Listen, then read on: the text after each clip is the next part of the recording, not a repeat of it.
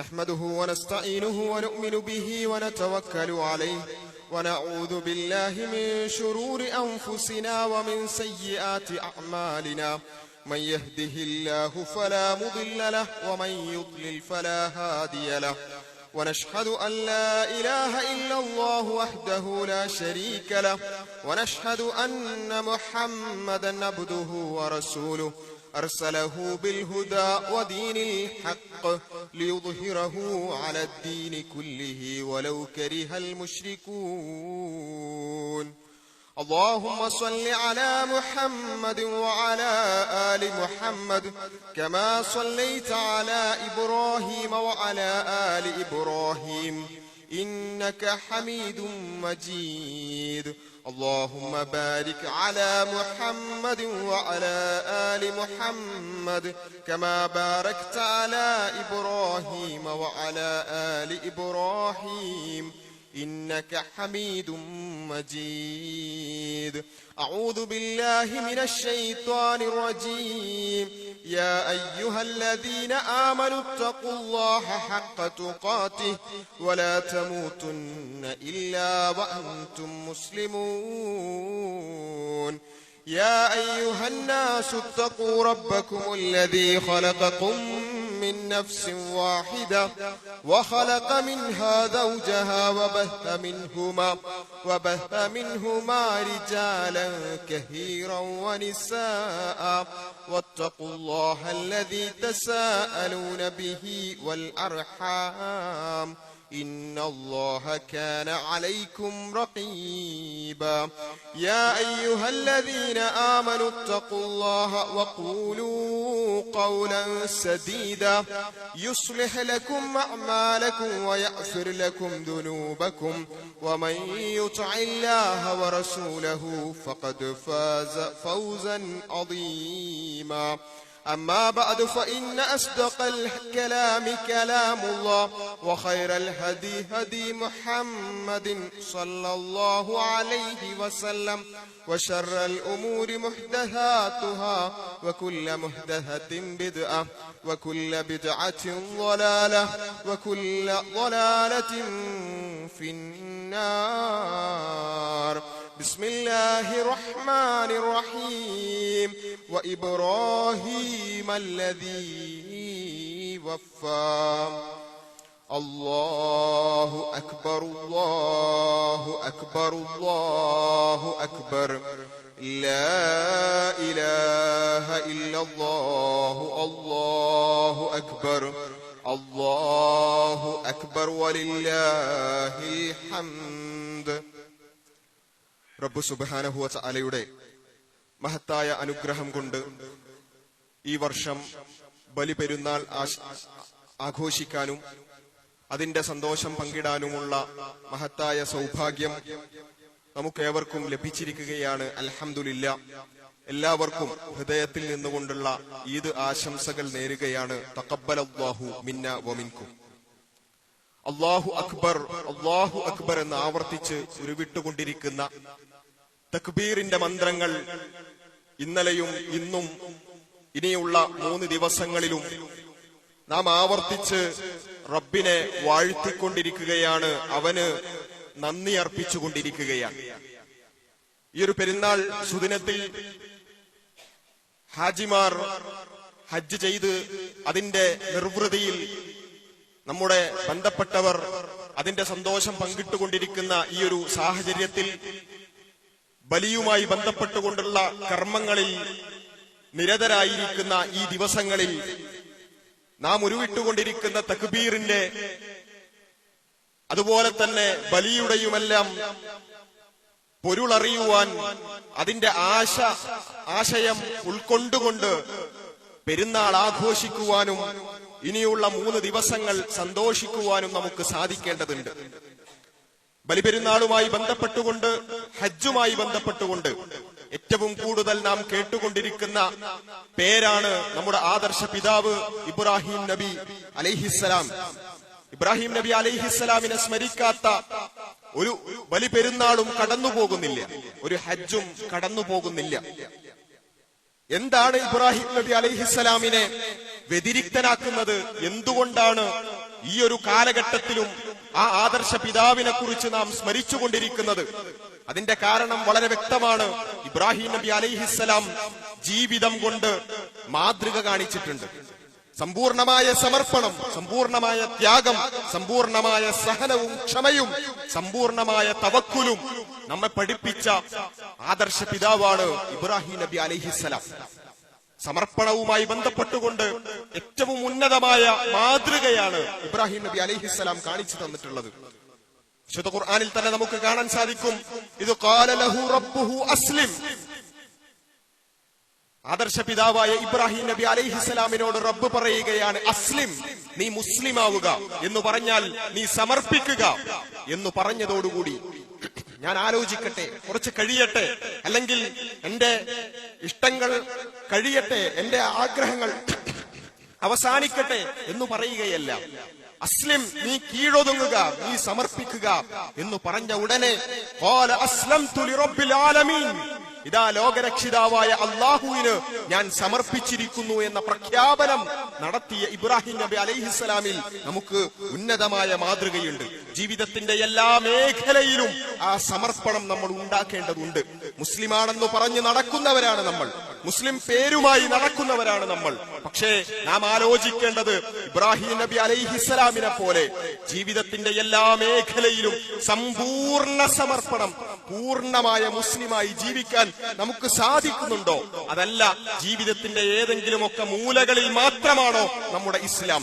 ജീവിതത്തിന്റെ ഏതെങ്കിലുമൊക്കെ മൂലകളിൽ മാത്രമാണോ നമ്മുടെ സമർപ്പണം എന്നുള്ളത് വളരെ ഗൗരവത്തോടുകൂടി ഇബ്രാഹിം നബി അലൈഹിസ്സലാമിനെ സ്മരിക്കുമ്പോൾ നമ്മുടെ ചിന്തയിൽ ഉണ്ടാകേണ്ടുന്ന ഒരു ചോദ്യമാണ്. പള്ളിയിൽ വരുമ്പോൾ, നിസ്കരിക്കുമ്പോൾ, ജുമാക്ക് പങ്കെടുക്കുമ്പോൾ, അല്ലെങ്കിൽ നോമ്പ് നോൽക്കുമ്പോൾ, അല്ലെങ്കിൽ ബലികർമ്മം നടത്തുമ്പോൾ മാത്രമുള്ളതല്ല ഇസ്ലാം. അങ്ങനെ ഏതെങ്കിലും കർമ്മങ്ങളിൽ ഒതുങ്ങുന്നതല്ല ഇബ്രാഹിം നബി അലൈഹിസ്സലാം പഠിപ്പിച്ചിട്ടുള്ള ആ മില്ലത്തിലുള്ള സമർപ്പണം എന്ന് പറയുന്നത്. മറിച്ച് ജീവിതത്തിന്റെ എല്ലാ മേഖലയിലും സമർപ്പണം എന്നുള്ളതാണ് ആദർശ പിതാവിന്റെ മാതൃക. നാം ആലോചിച്ചു നോക്കുക, മുസ്ലിങ്ങളാണെന്ന് പറഞ്ഞ് നടക്കുന്ന, നിസ്കരിക്കുന്ന, നോമ്പ് നോൽക്കുന്ന നമ്മൾ പോലും കല്യാണ വീട്ടിലേക്ക് എത്തുമ്പോൾ ആ സമർപ്പണത്തിന്റെ പാഠങ്ങൾ മാറ്റിവെക്കുന്നുണ്ടോ എന്നുള്ള ചോദ്യം നമ്മൾ നമ്മളോട് തന്നെ ഇബ്രാഹിം നബി അലൈഹിസ്സലാമിനെ സ്മരിക്കുമ്പോൾ ചോദിക്കേണ്ടതുണ്ട്. ബാക്കി എല്ലാ മേഖലയിലും നിസ്കരിക്കുമ്പോ, നോമ്പ് നോൽക്കുമ്പോ അല്ലാഹനെ ഓർക്കുന്നവർ, ഒരു കല്യാണമെന്ന, ഒരു വിവാഹമെന്ന അങ്ങേയറ്റത്തെ ഒരു അനുഗ്രഹം, തൗഫീഖ് നമുക്ക് ലഭിക്കുമ്പോൾ ആ ദിവസം, വിവാഹത്തിന്റെ ദിവസം, അതിന്റെ തലേ ദിവസം കുറച്ച് അല്ലാഹുവിനെ മറന്നാലും കുഴപ്പമില്ല, സമർപ്പണത്തിൽ നിന്നും ഒരൽപ്പം പിന്നോട്ട് പോയാലും കുഴപ്പമില്ല എന്ന ചിന്ത നമുക്കുണ്ടോ എന്ന് വളരെ ഗൗരവത്തോടുകൂടി നമ്മൾ ആലോചിക്കേണ്ടതുണ്ട്, നമ്മൾ ചിന്തിക്കേണ്ടതുണ്ട്. ആർഭാടത്തിന്റെ വിഷയം പറയുമ്പോൾ നാം ഇബ്രാഹിം നബി അലൈഹിസ്സലാമിന്റെ മില്ലത്തിനെ, ആ മാതൃകയെ മാറ്റിവെക്കുന്നുണ്ടോ എന്നുള്ള ചോദ്യം നമ്മൾ നമ്മളോട് തന്നെ ചോദിക്കേണ്ടതുണ്ട്. സമ്പൂർണമായ സമർപ്പണമാണ് ഇബ്രാഹിം നബി അലൈഹിസ്സലാം പഠിപ്പിക്കുന്നത്. സമ്പൂർണമായ സമർപ്പണമാണ്. അതിൽ ആർഭാടത്തിന്റെ വിഷയം വരുമ്പോൾ മാറ്റിവെക്കുന്നുണ്ടെങ്കിൽ, അതുപോലെ തന്നെ ഏതെങ്കിലും വസ്ത്രധാരണത്തിന്റെ വിഷയം വരുമ്പോൾ മാറ്റിവെക്കുന്നുണ്ടെങ്കിൽ, അതുപോലെ തന്നെ മേക്കപ്പുമായി ബന്ധപ്പെട്ടുകൊണ്ട് സഹോദരിമാർ പലപ്പോഴും, അല്ലെ, ബാക്കി എല്ലാ മേഖലയിലും നിസ്കാരമുണ്ട്, നോമ്പുണ്ട്, പക്ഷേ ഈ ദീനുമായി ബന്ധപ്പെട്ടുകൊണ്ട് ദീന് വിരോധിച്ച രൂപത്തിലുള്ള അത്തരത്തിലുള്ള മേക്കപ്പുകൾ ഉപയോഗിക്കരുത്, അല്ലെങ്കിൽ അത് പാടില്ല എന്ന് ദീൻ പറയുന്നു. അതാണ് സമർപ്പണത്തിന്റെ പാഠം എന്ന് പറയുമ്പോൾ അതിനോട് നമുക്കൊരു വിയോജിപ്പ് തോന്നുന്നുണ്ടോ? നമുക്ക് വിയോജിപ്പ് തോന്നുന്നുണ്ടെങ്കിൽ അതിനർത്ഥം നമ്മുടെ സമർപ്പണം പരിപൂർണമല്ല എന്ന്. ഖുർആനിൽ ഒരു കാര്യം പഠിപ്പിച്ചിട്ടുണ്ട്, ഹദീസിലൊരു കൽപ്പനയുണ്ട്, ഇന്ന കാര്യം ചെയ്യേണ്ടതുണ്ട്, ഇന്ന കാര്യം ഫർളാണ്, ഇന്ന കാര്യം ഹറാമാണ് എന്ന് കേൾക്കുമ്പോൾ നമ്മുടെ മനോഭാവം എന്താണ് എന്ന ചോദ്യമാണ് ഇബ്രാഹിം നബി അലൈഹിസ്സലാമിന്റെ സമർപ്പണത്തെ കുറിച്ച് കേൾക്കുമ്പോൾ നമ്മെ സംബന്ധിച്ചിടത്തോളം നമ്മുടെ മനസ്സിലേക്ക് വരേണ്ടത്. ഒരു കാര്യം ഹറാമാണെന്ന് കേൾക്കുമ്പോൾ നമ്മുടെ മനസ്സിൽ എന്താ വരുന്നത്? ഒരു കാര്യം ചെയ്യണമെന്ന് കേൾക്കുമ്പോൾ നമ്മുടെ മനസ്സിൽ എന്താ വരുന്നത്? പലപ്പോഴും നമ്മുടെ മനസ്സിലേക്ക് വരുന്നത്, എന്റെ യുക്തിക്ക്, എന്റെ ബുദ്ധിക്ക് ഇത് യോജിക്കുന്നില്ല, അല്ലെ? പലപ്പോഴും ബലികർമ്മവുമായി ബന്ധപ്പെട്ടുകൊണ്ടാണ് നമ്മൾ ബലിപെരുന്നാൾ ആഘോഷിക്കുന്നത്. ബലി ആവശ്യമില്ല, പുതിയ ചിന്തകളാണ്, ബലി ആവശ്യമില്ല. ആ പണം ഉപയോഗിച്ചുകൊണ്ട് പാവപ്പെട്ടവർക്ക് വേറെ എന്തെങ്കിലും ചെയ്തു കൊടുത്താൽ പോരെ.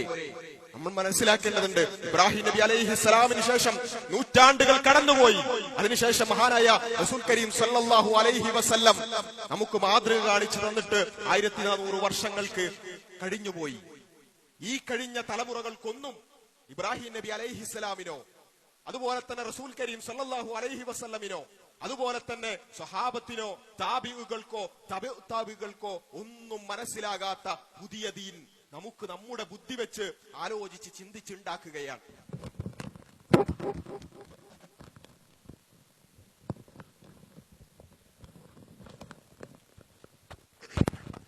ആ രൂപത്തിൽ നമ്മുടെ സമർപ്പണം ആ രൂപത്തിലേക്ക് വഴിമാറുന്നുണ്ടെങ്കിൽ, പൂർണ്ണമായ സമർപ്പണത്തിന് പകരം ഖുർആനും ഹദീസും ഒക്കെ എന്തെങ്കിലുമൊക്കെ പറഞ്ഞിട്ടുണ്ടെങ്കിലും അവിടെ ബലി പഠിപ്പിച്ചിട്ടുണ്ടെങ്കിലും അവിടെ ബലികർമ്മം അത്രമേൽ പ്രാധാന്യത്തോടുകൂടി ഇബ്രാഹിം നബി അലൈഹിസ്സലാമിന്റെ മാതൃകയായി പഠിപ്പിക്കുന്നുണ്ടെങ്കിലും എന്റെ യുക്തിക്ക് ബലി യോജിക്കുന്നില്ല. അതുപോലെ തന്നെ ഇസ്ലാമിന്റെ ഇന്ന കർമ്മങ്ങൾ എനിക്ക് ആലോചിച്ച് മനസ്സിലാക്കുന്നില്ല എന്ന പേരിൽ വിശുദ്ധ ഖുർആനിനെയും തിരുഹദീസിനെയും അഥവാ വഹീനെ പരിപൂർണമായി സമർപ്പണത്തിന് പകരം നമ്മുടെ ബുദ്ധിക്കും യുക്തിക്കുമെല്ലാം ഒപ്പിച്ചു മാത്രം സ്വീകരിക്കുന്ന ഒരു അവസ്ഥ നമുക്കുണ്ടെങ്കിൽ നാം മനസ്സിലാക്കുക, ഇബ്രാഹിമി മില്ലത്തിൽ പരിപൂർണമായി പ്രവേശിക്കാൻ നമുക്ക് സാധിച്ചിട്ടില്ല. എന്റെ ഇഷ്ടങ്ങൾ, എന്റെ ഇച്ഛകൾ അല്ലെ റസൂലുള്ളാഹി സ്വല്ലല്ലാഹു അലൈഹി വസല്ലം ഒരു കാര്യം വിരോധിച്ചിട്ടുണ്ടെങ്കിലും ഇന്നത്തെ കാലത്ത് എനിക്കതൊക്കെ ചെയ്യാതെ അല്ലെങ്കിൽ അതൊന്നും ചെയ്യാതെ ഇന്ന് ആരെങ്കിലുമൊക്കെ ജീവിക്കുന്നുണ്ടോ എന്ന ചിന്തയാണ്. അതുപോലെ തന്നെ സമൂഹം എന്ത് കരുതും, ബാക്കിയുള്ളവരെന്ത് വിചാരിക്കും, ഞാനിങ്ങനെ ദീനിയായി നടന്നാൽ, ദീനിന്റെ ചിട്ടകൾ അതനുസരിച്ച് ജീവിച്ചാൽ സമൂഹം എന്ത് കരുതും, ഇങ്ങനെയുള്ള പല പല ന്യായങ്ങൾ പറഞ്ഞുകൊണ്ട് പരിപൂർണമായ സമർപ്പണത്തിൽ നിന്നും നമ്മൾ പിന്നോട്ട് പോകുന്നുണ്ടെങ്കിൽ അറിയുക, ഇബ്രാഹിം നബി അലൈഹിസ്സലാമിന്റെ മില്ലത്തിലേക്ക് പരിപൂർണമായി സമർപ്പിക്കാനുള്ള ഒരു സന്ദേശമാണ് യഥാർത്ഥത്തിൽ ഈ ഈദ് നൽകുന്നത് എന്ന് നാം മനസ്സിലാക്കേണ്ടതുണ്ട്. സമർപ്പിക്കുക എന്ന് മാത്രമല്ല ഇബ്രാഹിം നബി അലൈഹിസ്സലാമിന്റെ മാതൃക, മറിച്ച് ആ സമർപ്പണത്തിൽ മുമ്പനാവുക എന്നുള്ളത് കൂടിയാണ്.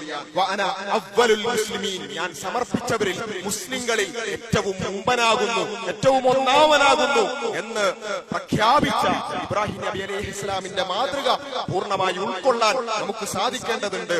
അല്ലാഹു അക്ബർ, അല്ലാഹു അക്ബർ, അല്ലാഹു അക്ബർ, ലാ ഇലാഹ ഇല്ലല്ലാഹു, അല്ലാഹു അക്ബർ, അല്ലാഹു അക്ബർ വലില്ലാഹിൽ ഹംദ് വഇബ്രാഹിം അല്ലദീ വഫ എന്നാണ് വിശുദ്ധ ഖുർആൻ ഇബ്രാഹിം നബി അലൈഹിസ്സലാമിനെ കുറിച്ച് പ്രയോഗിച്ചിട്ടുള്ളത്. ഇബ്രാഹിം അല്ലദീ വഫ, കടമകൾ പൂർത്തിയാക്കിയ ഇബ്രാഹിം. റബ്ബ് സുബ്ഹാനഹു വ തആല നൽകുന്ന ഒരു സർട്ടിഫിക്കറ്റ് ആണത്. എല്ലാ നിലക്കുമുള്ള കടമകൾ പൂർത്തിയാക്കിക്കൊണ്ടാണ് മഹാനായ ആദർശ പിതാവ് മടങ്ങിയിട്ടുള്ളത് എന്നാണ്. ഇബ്രാഹിം മില്ലത്തിനെ കുറിച്ച്, ആ മാതൃകയെ കുറിച്ച് സംസാരിക്കുന്ന ഈ ഒരു സമയത്ത് നാം വളരെ ഗൗരവത്തോടുകൂടി ആലോചിക്കേണ്ടുന്ന ഒരു വിഷയമാണ് റബ്ബിനോടുള്ള കടപ്പാടിന്റെ കടമകളുടെ വിഷയത്തിൽ നമ്മൾ എവിടെയാണ്, സമൂഹത്തോടുള്ള കടമകളുടെ കടപ്പാടിന്റെ വിഷയത്തിൽ നമ്മൾ എവിടെയാണ്, കുടുംബത്തോടുള്ള കടമകളുടെ കടപ്പാടിന്റെ വിഷയത്തിൽ നമ്മൾ എവിടെ നിൽക്കുന്നു എന്ന ആത്മപരിശോധന ഈ ഒരു സമയത്ത്, ഈ ഒരു സന്ദർഭത്തിൽ നമ്മൾ നടത്തേണ്ടതുണ്ട്. കടമകളിൽ ഒരുപാട് വീഴ്ചകൾ സംഭവിച്ചിട്ടുണ്ടാകാം, ഒരുപാട് പ്രശ്നങ്ങൾ സംഭവിച്ചിട്ടുണ്ടാകാം. പ്രിയമുള്ളവരെ, ആദർശ പിതാവിനെ സ്മരിക്കുന്ന ഈ ഒരു സമയത്തെങ്കിലും അതിൽ വീഴ്ചകൾ സംഭവിച്ചു പോയെടുത്ത് അത് പരിഹരിക്കാനുള്ള ശ്രമങ്ങൾ ഈ ഈദിന്റെ സുദിനത്തിൽ നമുക്ക് നടത്തേണ്ടതുണ്ട്. അറ്റുപോയ ബന്ധങ്ങൾ, കുടുംബ ബന്ധങ്ങളിലേക്ക് കയറി ചെന്നുകൊണ്ട് ആ ബന്ധങ്ങൾ പുനഃസ്ഥാപിക്കുവാൻ ഈ ഒരു സമയം, ഈ ഒരു സന്ദർഭം നമ്മൾ ഉപയോഗിക്കേണ്ടതുണ്ട് എന്നുള്ളത് പ്രത്യേകം നമ്മൾ മനസ്സിലാക്കുക. ഇബ്രാഹിം നബി അലൈഹിസ്സലാമിന്റെ മാതൃകയിൽ ഏറ്റവും പ്രധാനപ്പെട്ടതാണ് ത്യാഗമെന്ന് പറയുന്നത്. ഈ കുണ്ടാരത്തിലേക്ക് വലിച്ചെറിയപ്പെടുകയായിരുന്നു ഇബ്രാഹിം നബി അലൈഹിസ്സലാം. ആ ഒരു സംഭവം പറയുമ്പോ നമ്മൾ ഇന്നറിയാം അല്ലേ, ഈ കുണ്ടാരത്തിലേക്ക് വലിച്ചെറിയപ്പെട്ടെങ്കിലും ഒരു പോറൽ പോലും ഏൽക്കാതെ ഇബ്രാഹിം നബി അലൈഹിസ്സലാം പുറത്തേക്ക് വന്നു എന്ന ചരിത്രം നമുക്കറിയാം. പക്ഷേ ആ എറിയപ്പെടുന്ന സന്ദർഭത്തിൽ ഇബ്രാഹിം നബി അലൈഹിസ്സലാമിന് അറിയില്ല ഈ തണുപ്പാകുമെന്ന്, എനിക്കൊരു പോറൽ പോലും ഏൽക്കില്ല എന്ന് ഇബ്രാഹിം നബി അലൈഹിസ്സലാമിന് അറിയില്ല. മറിച്ച് തീയാണെന്ന് മനസ്സിലാക്കിക്കൊണ്ട്, പൊള്ളുമെന്ന് വിചാരിച്ചുകൊണ്ടാണ് ഇബ്രാഹിം നബി അലൈഹിസ്സലാം അതിന് തയ്യാറായത് എന്നതാണ് അതിലെ ത്യാഗം എന്ന് പറയുന്നത്. മകനെ അറുക്കേണ്ടി വരിക എന്ന ആ രൂപത്തിലൊരു വഹ്യ് വരിക എന്ന വലിയ ഒരു പരീക്ഷണമാണ് ഇബ്രാഹിം നബി അലൈഹിസ്സലാമിന്റെ മുമ്പിലേക്ക് കടന്നു വന്നിട്ടുള്ളത്. അവിടെ മകനെ അറുക്കേണ്ടി വരുമെന്നാണ് ഇബ്രാഹിം നബി അലൈഹിസ്സലാം വിചാരിച്ചത്. എന്നിട്ടും റബ്ബൊരു കാര്യം പറഞ്ഞിട്ടുണ്ടെങ്കിൽ അതിന് പരിപൂർണമായി സമർപ്പിക്കുക. അതിന് ഞാൻ ഈ ലോകത്ത് എനിക്ക് എന്തെങ്കിലുമൊക്കെ നഷ്ടങ്ങൾ സംഭവിച്ചാലും അത് ആത്യന്തികമായി ഖൈറിനാണെന്ന് മനസ്സിലാക്കുന്ന ഇബ്രാഹിം നബി അലൈഹിസ്സലാമിന്റെ ആ മാതൃക നമുക്ക് പാഠമാകേണ്ടതുണ്ട്. നമുക്ക് പലപ്പോഴും ഇത്ര വലിയ ത്യാഗങ്ങളൊന്നും സഹിക്കേണ്ടി വന്നിട്ടില്ല. തീക്കുണ്ടാരങ്ങളിലേക്ക് നമ്മൾ വലിച്ചെറിയപ്പെട്ടിട്ടില്ല. ജന്മനാട്ടിൽ നിന്നും ആട്ടിയോടിക്കപ്പെട്ടിട്ടില്ല. അല്ലെങ്കിൽ അത്തരത്തിലുള്ള ഒരു പ്രശ്നവും നമ്മൾ ആരും നേരിട്ടുകൊണ്ടിരിക്കുന്നില്ല. നമ്മൾ ആകെ നേരിടേണ്ടി വരുന്നത് ദീനനുസരിക്കുന്നു എന്നതിന്റെ പേരിൽ, ദീനുമായി ബന്ധപ്പെടുന്നു എന്നതിന്റെ പേരിൽ, അതിന്റെ ഷിആറുകൾ നമുക്കുണ്ട് എന്നതിന്റെ പേരിൽ എന്തെങ്കിലുമൊക്കെ ഒരു കുത്തുവാക്ക് കേൾക്കുമ്പോഴേക്ക്, ആരെങ്കിലുമൊക്കെ ഒന്ന് പരിഹസിക്കുമ്പോഴേക്ക് നമ്മൾ ആകെ പ്രയാസപ്പെടുകയാണ്. ഇബ്രാഹിം നബി അലൈഹി ഇസ്ലാമിനെ പോലെ തീക്കുണ്ടാരം പോലും നമുക്ക്, അല്ലെങ്കിൽ അത്തരത്തിലുള്ള അതിന്റെ 100-1 പോലും നമ്മൾ ആരും നേരിടേണ്ടി വരുന്നില്ല. എന്നിട്ട് പോലും അതുപോലും സഹിക്കാൻ പറ്റാത്ത നമ്മൾ, അതിനെക്കുറിച്ച് പോലും പരിഭവം പറയുന്ന നമ്മൾ, യഥാർത്ഥത്തിൽ നാം എത്ര വലിയ സൗഭാഗ്യത്തിലാണ് ജീവിച്ചുകൊണ്ടിരിക്കുന്നത് എന്നതിനെ കുറിച്ച് വളരെ ഗൗരവമേറിയ ആലോചനകൾ നടത്തേണ്ടതുണ്ട്. നാം ഇന്ന് വളരെ സൗകര്യപൂർവ്വം ഒരു എ സി റൂമിൽ ഇരുന്നു കൊണ്ട് പെരുന്നാൾ ആഘോഷിച്ചുകൊണ്ടിരിക്കുമ്പോൾ, നമ്മുടെ വീടുകളിൽ നമ്മൾ ആ സന്തോഷം പങ്കിട്ടുകൊണ്ടിരിക്കുമ്പോ, സുഭിക്ഷമായ ഭക്ഷണം നമ്മൾ കഴിച്ചുകൊണ്ടിരിക്കുമ്പോ, ഇതേ സമയത്ത് മുൻപുള്ള കാര്യത്തെ കുറിച്ചല്ല പറയുന്നത്. ഇബ്രാഹിം നബി അലൈഹിസ്സലാമിന്റെ കാലഘട്ടത്തിലെ ത്യാഗത്തെ കുറിച്ചല്ല പറയുന്നത്. റസൂൽ കരീം സ്വല്ലല്ലാഹു അലൈഹി വസല്ലമയുടെ ത്യാഗത്തെ കുറിച്ചുമല്ല പറയുന്നത്. നൂറ്റാണ്ടുകളെ കുറിച്ചല്ല, പതിറ്റാണ്ടുകൾക്ക് മുമ്പ് പോലുമുള്ള വിഷയത്തെ കുറിച്ചല്ല. നാം ഇന്ന് അനുഭവിച്ചുകൊണ്ടിരിക്കുന്ന ഈ സമയത്ത് പോലും, പെരുന്നാളിന്റെ സുദിനം പോലും ഒന്ന് മനസ്സിലിറങ്ങ് ആഘോഷിക്കാൻ പറ്റാതെ ഗസയിലുള്ള ജനങ്ങൾ, ഫലസ്തീനിലുള്ള ജനങ്ങൾ അങ്ങേയറ്റത്തെ പ്രയാസത്തിലും പ്രതിസന്ധിയിലുമാണ്. ഒരു വലിയൊരു വംശഹത്യക്ക് വിധേയരായിക്കൊണ്ടിരിക്കുന്ന ആ ജനതയെ നമ്മുടെ ഓർമ്മകളിലേക്ക് നമുക്ക് കൊണ്ടുവരേണ്ടതുണ്ട്. ഗസയെ ഓർക്കാതെ ഈ ഒരു പെരുന്നാൾ നമുക്ക് തള്ളി നീക്കിക്കൂടാ. ഗസക്ക് വേണ്ടിയുള്ള പ്രാർത്ഥന, ഫലസ്തീനിന്റെ മക്കൾക്ക് വേണ്ടിയുള്ള പ്രാർത്ഥന ഒരിക്കലും മറന്നു പോകാതിരിക്കാൻ നാം ഏവരും ശ്രദ്ധിക്കേണ്ടതുണ്ട്.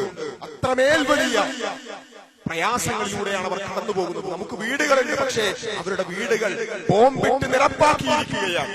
ടെന്റുകളിൽ ജീവിക്കാൻ ശ്രമിക്കുമ്പോൾ, അങ്ങനെ എങ്ങനെയെങ്കിലും ജീവിതവുമായി മുന്നോട്ട് പോകാൻ ശ്രമിക്കുമ്പോൾ, ആ ടെന്റുകൾക്ക് മുകളിലേക്ക് പോലും ബോംബിട്ടുകൊണ്ടിരിക്കുന്ന കിരാതമായ, ക്രൂരമായ, ലോകത്ത് പരിചയമില്ലാത്ത രൂപത്തിലുള്ള വംശഹത്യ നടന്നുകൊണ്ടിരിക്കുമ്പോ ആ സഹോദരങ്ങളെ നമ്മുടെ മനസ്സിലേക്ക് കൊണ്ടുവരേണ്ടതുണ്ട്. തീയിൽ നിന്ന് തീരെ തണുപ്പിച്ച റബ്ബേ, ഗസയിലുള്ള ജനങ്ങളെ നീ രക്ഷിക്കണേ റബ്ബേ എന്ന പ്രാർത്ഥന നമ്മുടെ മനസ്സിന്റെ ഉള്ളിൽ നിന്ന് കടന്നു വരേണ്ടതുണ്ട് എന്നുള്ളതാണ്. ഗസയെ കുറിച്ച് നമ്മൾ സംസാരിച്ചു കൊണ്ടേയിരിക്കണം. ഈ നൂറ്റാണ്ടിൽ അല്ല, ലോക ചരിത്രത്തിൽ തന്നെ പരിചയമില്ലാത്ത രൂപത്തിലുള്ള അത്രമേൽ വലിയ കൊടിയ ക്രൂരതകൾ നടമാടുമ്പോൾ അതിനെക്കുറിച്ച് നമ്മൾ സംസാരിച്ചു കൊണ്ടേയിരിക്കണമെന്നുള്ളത് പ്രത്യേകം ഓർമ്മിപ്പിക്കുകയാണ്. അല്ലെ, നമ്മൾ വിശ്വസിച്ചു പോന്ന, നമ്മളെ വിശ്വസിപ്പിച്ചിരുന്ന പലതും അവാസ്തവമായിരുന്നു എന്ന് നമ്മൾ ഇന്ന് തിരിച്ചറിയുകയാണ്. ലോക നിയമമുണ്ട്, ലോകത്തൊരു നീതിയുണ്ട്, UN ഉണ്ട്, അതുപോലെ തന്നെ അത്തരത്തിലുള്ള ഒരുപാട് സംവിധാനങ്ങളുണ്ട്. ഇനി കയ്യൂക്കുള്ളവൻ കാര്യക്കാരൻ എന്ന സംഭവം ഇനി അങ്ങോട്ട് നടപ്പില്ല എന്നൊക്കെ പലരും നമ്മളെ വിശ്വസിപ്പിച്ചിരുന്നു. പക്ഷേ അത്തരം ചിന്താഗതികളും അത്തരം തോന്നലുകളുമെല്ലാം വെറും തോന്നലുകൾ മാത്രമാണ്, വ്യർത്ഥം മാത്രമാണ് എന്നുള്ളത് ഗസ നമ്മളെ പഠിപ്പിച്ചിരിക്കുകയാണ്. എത്ര വലിയ ക്രൂരതയും ഈ നൂറ്റാണ്ടിലും നടക്കുമെന്ന് ഗസ നമ്മളെ പാഠം പഠിപ്പിച്ചിരിക്കുകയാണ്. അതുകൊണ്ട് അതിലൂടെയൊക്കെ നമുക്ക് മനസ്സിലാകേണ്ട, നമ്മുടെ മനസ്സിലേക്ക് വീണ്ടും വീണ്ടും കടന്നു വരേണ്ടത് ഈ ലോകമെന്ന് പറയുന്നത് നീതിയുടെ ലോകമാണ്. അതുപോലെ തന്നെ ഇത്തരത്തിലുള്ള അക്രമങ്ങളുടെ ലോകം തന്നെയാണിത്. പക്ഷേ എല്ലാ അക്രമിയും വിരൽ കടിക്കുന്ന ഒരു ദിവസം വരാനുണ്ട് എന്ന ആ പരലോകത്തെ കുറിച്ചുള്ള ചിന്ത കൂടുതൽ സജീവമാകാനാണ് ഗസ നമുക്ക് കാരണമാകേണ്ടത്. പലപ്പോഴും നമ്മൾ പ്രയാസപ്പെടാറുണ്ട്, എന്തുകൊണ്ടാണ് ഇത്രയേറെ സമയം കഴിഞ്ഞിട്ടും 60,000-ഓളം മനുഷ്യർ പിടഞ്ഞു വീണ് മരിച്ചിട്ടും എന്റെ ഒരു പരിഹാരമില്ലാത്തത്?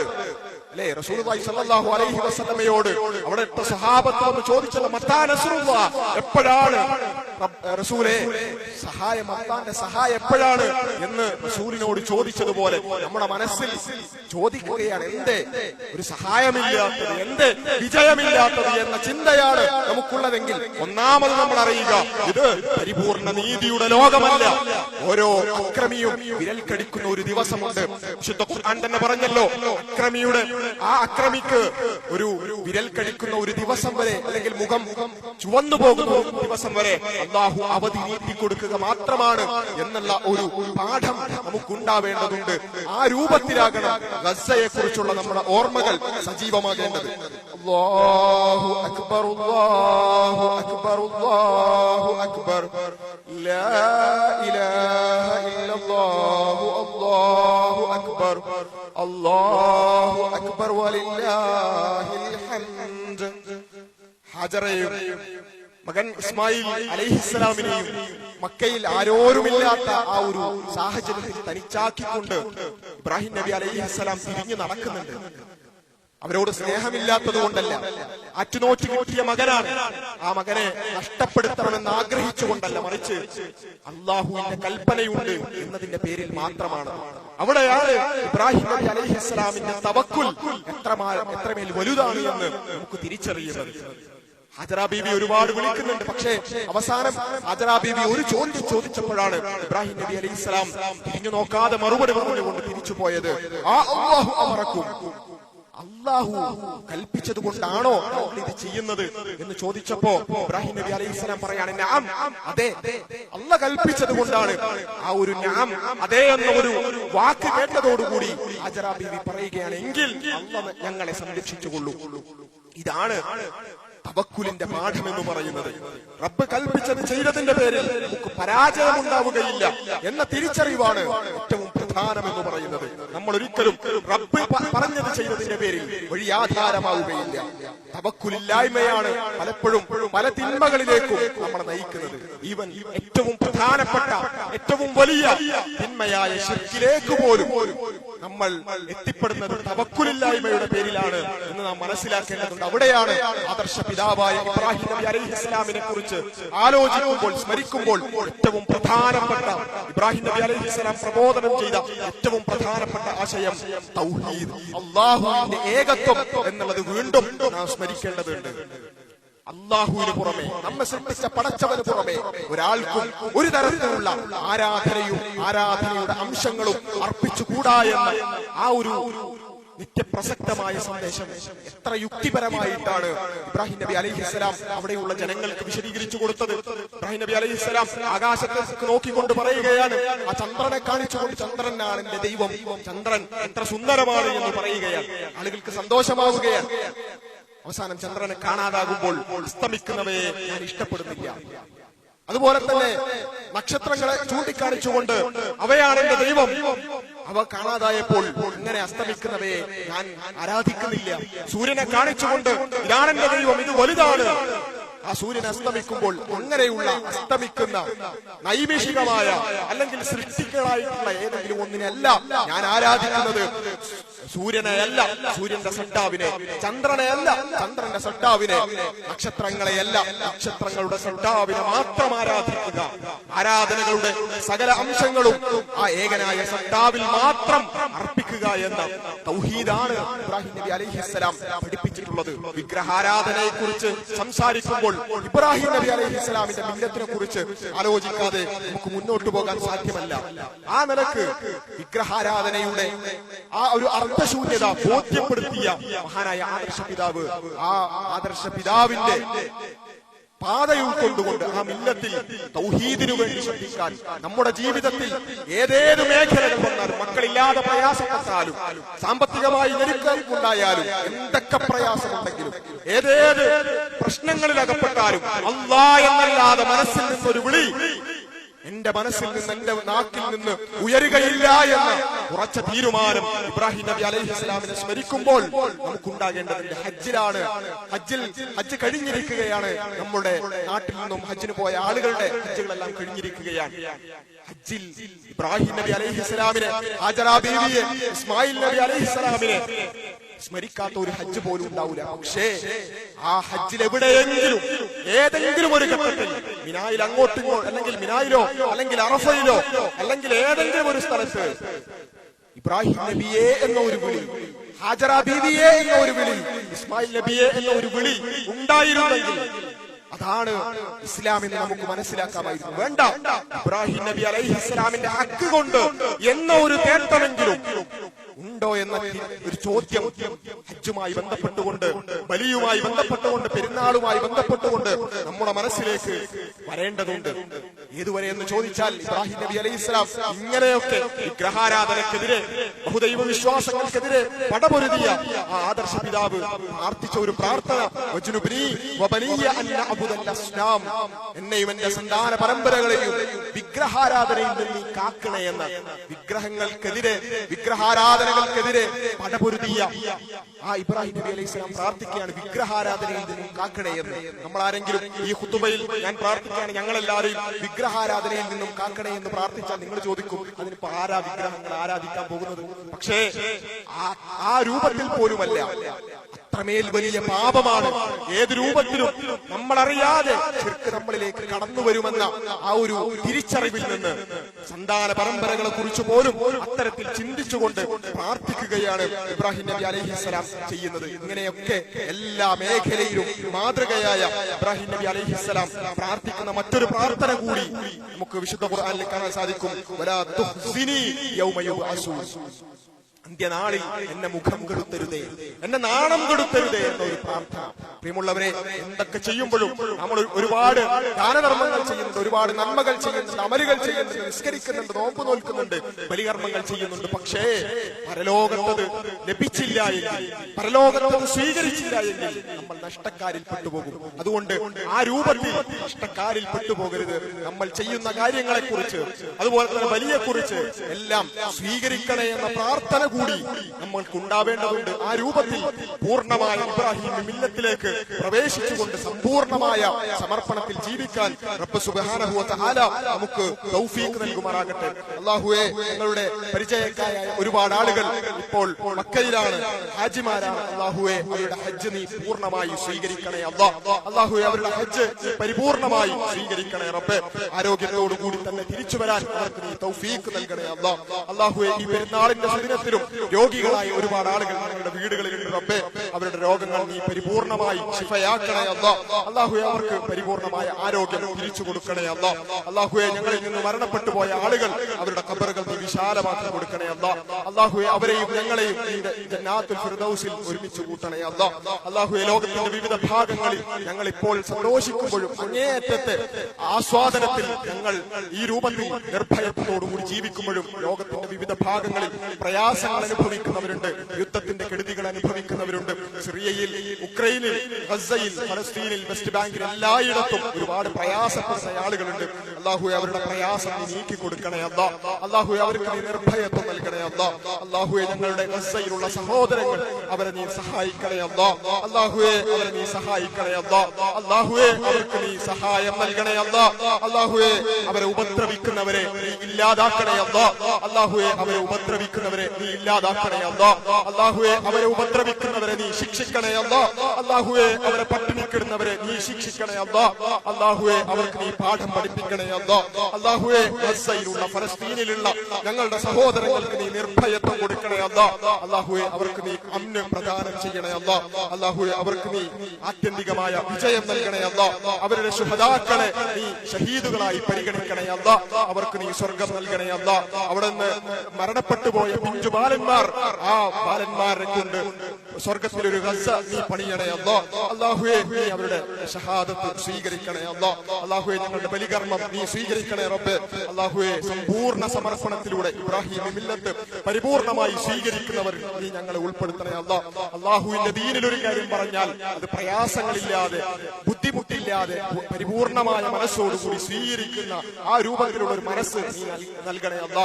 അത്തരത്തിലുള്ള മനസ്സ് നൽകി നീ ആ രൂപത്തിലുള്ള മനസ്സിന്റെ ഉടമകളാക്കി നീ ഞങ്ങളെ മാറ്റണേ അല്ലാ. ربنا تقبل منا انك انت السميع العليم وتب علينا انك انت التواب الرحيم. اللهم اغفر للمؤمنين والمؤمنات والمسلمين والمسلمات الاحياء منهم والاموات انك مجيب الدعوات يا قاضي الحاجات. اللهم لا تزغ قلوبنا بعد إذ هديتنا وهب لنا من لدنك رحمة انك انت الوهاب. اللهم انصر اخواننا في فلسطين. اللهم انصر اخواننا المسلمين في فلسطين. اللهم انصر إخواننا المسلمين المجاهدين في فلسطين يا رب العالمين يا رب العالمين يا رب العالمين. اللهم عليك باليهود الظالمين. اللهم عليك باليهود الظالمين. اللهم عليك باليهود الظالمين يا رب العالمين. ربنا آتنا في الدنيا حسنة وفي الآخرة حسنة وقنا عذاب النار.